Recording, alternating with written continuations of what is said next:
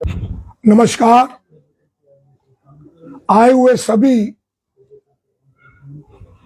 प्रबुद्ध पत्रकारों का मैं अपने यहाँ पर स्वागत और अभिनंदन करता हूँ। मेरी ये पत्रकार वार्ता काफी समय के बाद हो रही है और इस वार्ता का मुख्य विषय है भारत के आर्थिक हालातों को देखकर परिसीमन करना क्या मोदी सरकार द्वारा उचित है। दूसरा, सर SIR क्या प्रधानमंत्री मोदी का एक सुनियोजित षड्यंत्र है। आज भारत आर्थिक संकट के दौर से गुजर रहा है।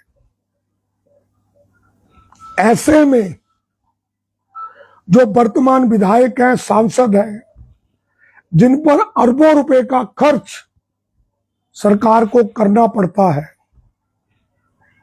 वही पूरा नहीं हो रहा है।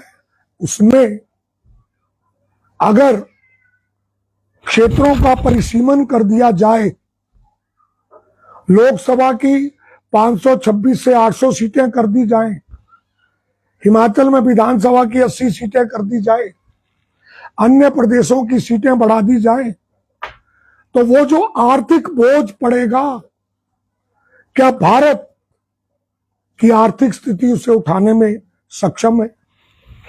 हम अपने प्रधानमंत्री आदरणीय मोदी जी से पूछना चाहते हैं कि क्या 526 सांसदों से देश नहीं चल रहा है।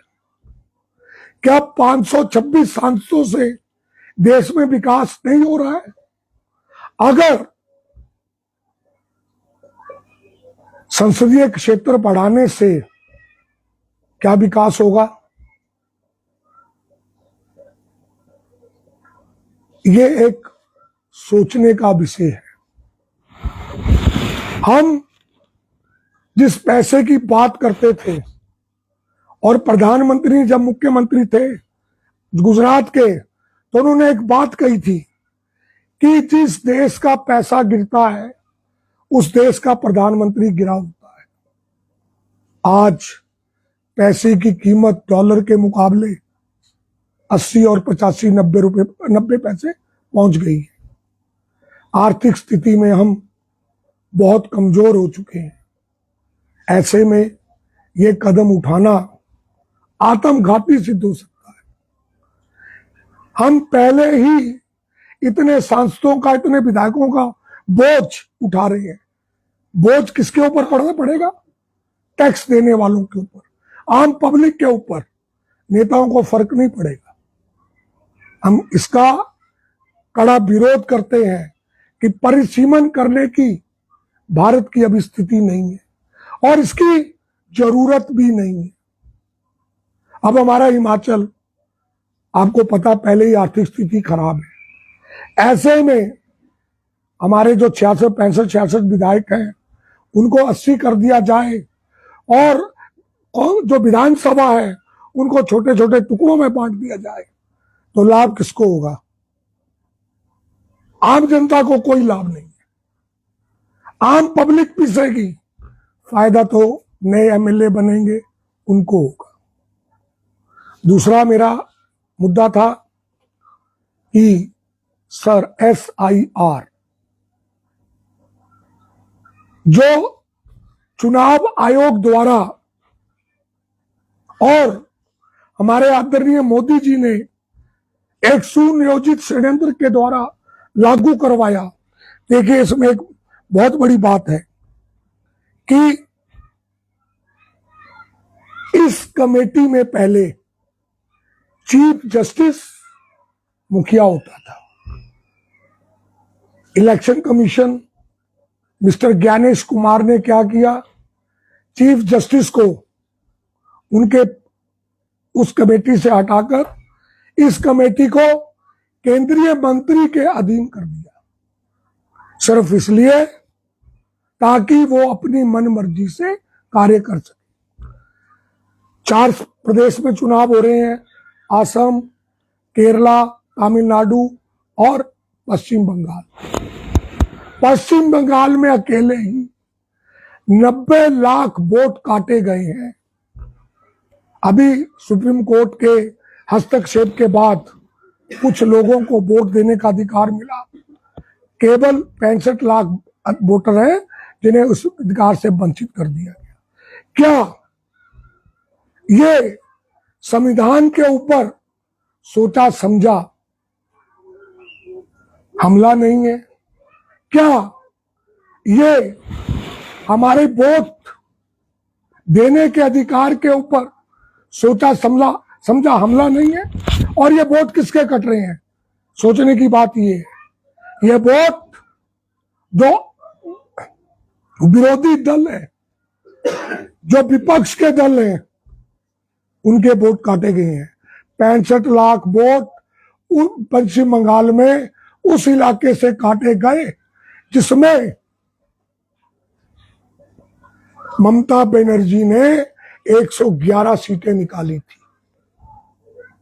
मैं आदरणीय मोदी जी से कहता हूं कि आदरणीय मोदी जी,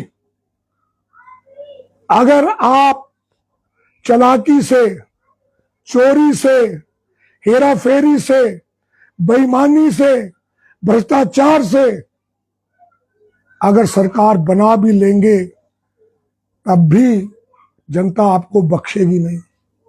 अगर आप कहते हैं कि आप लोकप्रिय नेता हैं, जनता आपको चाहती है, आप विश्व गुरु हैं, तो भाई इन कामों को करने की जरूरत क्या है? लोकप्रिय व्यक्ति इन सब चीजों को नहीं करता है। लेकिन मुझे पता अभी बिहार में क्या हुआ। बिहार में 65 लाख वोट काटे शहर के तहत।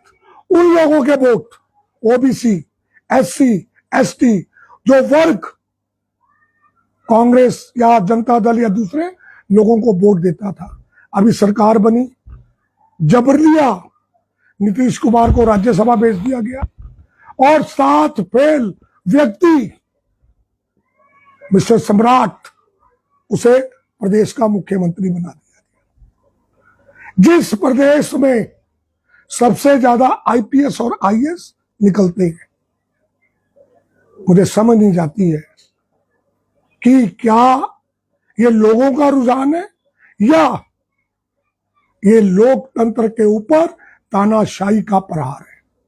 मैं शरेआम कहूंगा इस बात को। 4 प्रदेशों के चुनाव 3 में हो गए, पश्चिम बंगाल में होंगे, असम, केरला, तमिलनाडु। मैं ये नहीं कहता कि कांग्रेस जीत रही है, हमें संशय है, हमें डर है।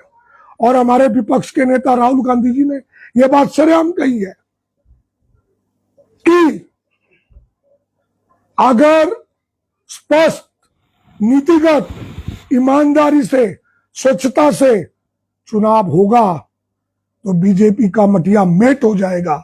लेकिन अगर हेराफेरी, ईवीएम में हेराफेरी, सर के तहत जो हेराफेरी हुई उसके तहत चुनाव होगा तो हम नहीं जीत सकते हैं, चाहे कुछ भी कर दे। मोदी जी को सत्ता का लालच है, वो किसी भी कीमत पर वो सत्ता को बनाए रखना चाहते हैं। मैंने पहले भी एक बात कही थी, जो उनकी एमस्टाइन फाइल निकली, उसके बाद ईरान का युद्ध हुआ, ट्रंप ने